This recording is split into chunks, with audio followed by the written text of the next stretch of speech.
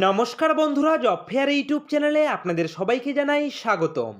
বন্ধুরা, আজকের এই ভিডিওতে কলকাতা এয়ারপোর্টে নতুন শূন্যপদে কর্মী নিয়োগের একটি গুরুত্বপূর্ণ বিজ্ঞপ্তি আপনাদের সঙ্গে শেয়ার করতে চলেছি, যেখানে আপনারা পশ্চিমবঙ্গের 23টি জেলার যে কোনো ছেলে ও মেয়ে সরাসরি অনলাইনের মাধ্যমে আবেদন করতে পারবেন।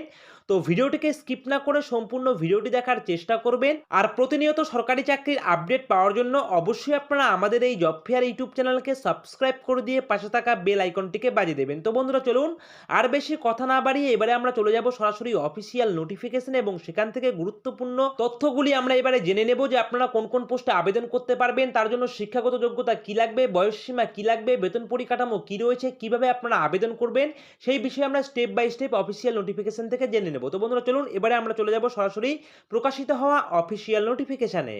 তো বন্ধুরা, আমরা চলে এসেছি সরাসরি অফিসিয়াল নোটিফিকেশনে। আপনারা অন স্ক্রিন দেখতে পাচ্ছেন অফিসিয়াল নোটিফিকেশন প্রকাশ করা হয়েছে এআই ইঞ্জিনিয়ারিং সার্ভিস লিমিটেডের তরফ থেকে। এখানটায় ডেট আপনারা দেখতে পাচ্ছেন এবং এখানটায় কিন্তু আপনারা এই অফিসিয়াল নোটিফিকেশনের রেফারেন্স নং কিন্তু আপনারা অন স্ক্রিন দেখতে পাচ্ছেন। তো বন্ধুরা, এখানটায় পশ্চিমবঙ্গের 23টি জেলার যে কোনো ছেলে ও মেয়ে সরাসরি আবেদন করতে পারবেন এবং এখানটায় দেখুন টোটাল ভ্যাকেন্সি, অর্থাৎ এখানটায় লিখেই দেওয়া রয়েছে টোটাল ভ্যাকেন্সি আপনাদের কত কি রয়েছে।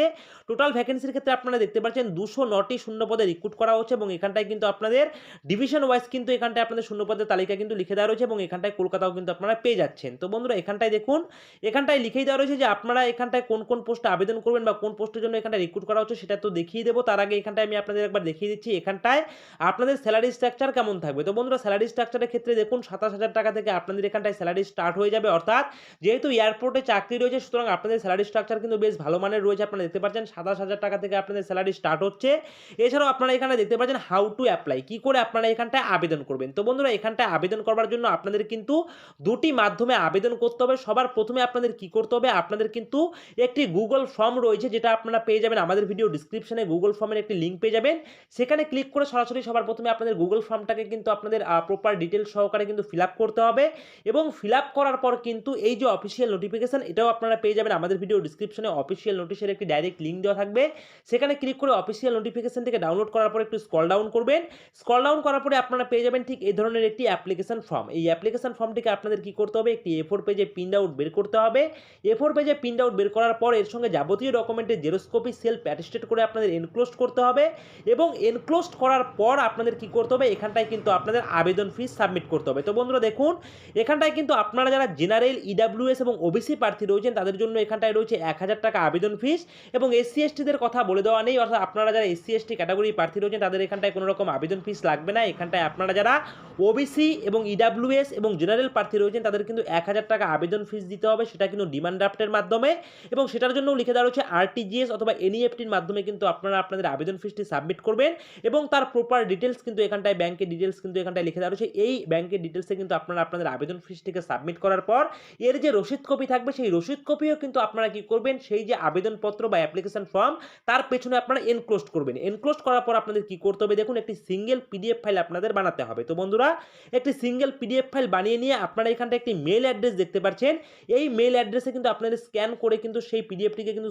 আপনাদের সাবমিট করতে হবে বা পাঠিয়ে দিতে হবে, তাহলেই কিন্তু আপনাদের এখানটায় আবেদন প্রক্রিয়া কমপ্লিট হয়ে যাবে। এবং এখানটায় মাথায় রাখবেন, এখানটায় আবেদন করার লাস্ট ডেট যেটা রয়েছে সেটা কিন্তু রয়েছে 15ই জানুয়ারি 2024 বিকেল 5টা পর্যন্ত। এর আগেই কিন্তু আপনাদের অ্যাপ্লিকেশন ফর্ম সহকারে আপনাদের যে যাবতীয় ডকুমেন্টের জেরক্স কপি এছাড়াও যে আপনাদের আবেদন ফিসের রসিদ কপি সেটাকে অ্যাটাচ করে একটি সিঙ্গেল পিডিএফ ফাইল বানিয়ে কিন্তু আপনাদের এই মেল অ্যাড্রেসে কিন্তু মেল করে দিতে হবে, তাহলেই কিন্তু আপনাদের এখানটায় আবেদন প্রক্রিয়া কমপ্লিট হয়ে যাবে। এবং এখানটায় মেল করবার আগে অবশ্যই কিন্তু আপনারা আমাদের ভিডিও ডিসক্রিপশনে দেওয়া গুগল ফর্মের একটি লিঙ্ক পেয়ে যাবেন, সেখানে ক্লিক করে কিন্তু আপনারা আপনাদের প্রপার ডিটেলস দিয়ে আপনারা সেই গুগল ফর্মটিকে কিন্তু ফিল আপ করবেন। ঠিক আছে? তো বন্ধুরা, এরপরে দেখুন, এরপরে আরও বিস্তারিত তথ্যগুলি এখানটায় লিখে দেওয়া রয়েছে যে কোন কোন ডকুমেন্ট আপনাদের অ্যাটাচ করতে হবে সেগুলি কিন্তু এখানটায় লিখে দেওয়া রয়েছে, আপনারা দেখতেই পাচ্ছেন।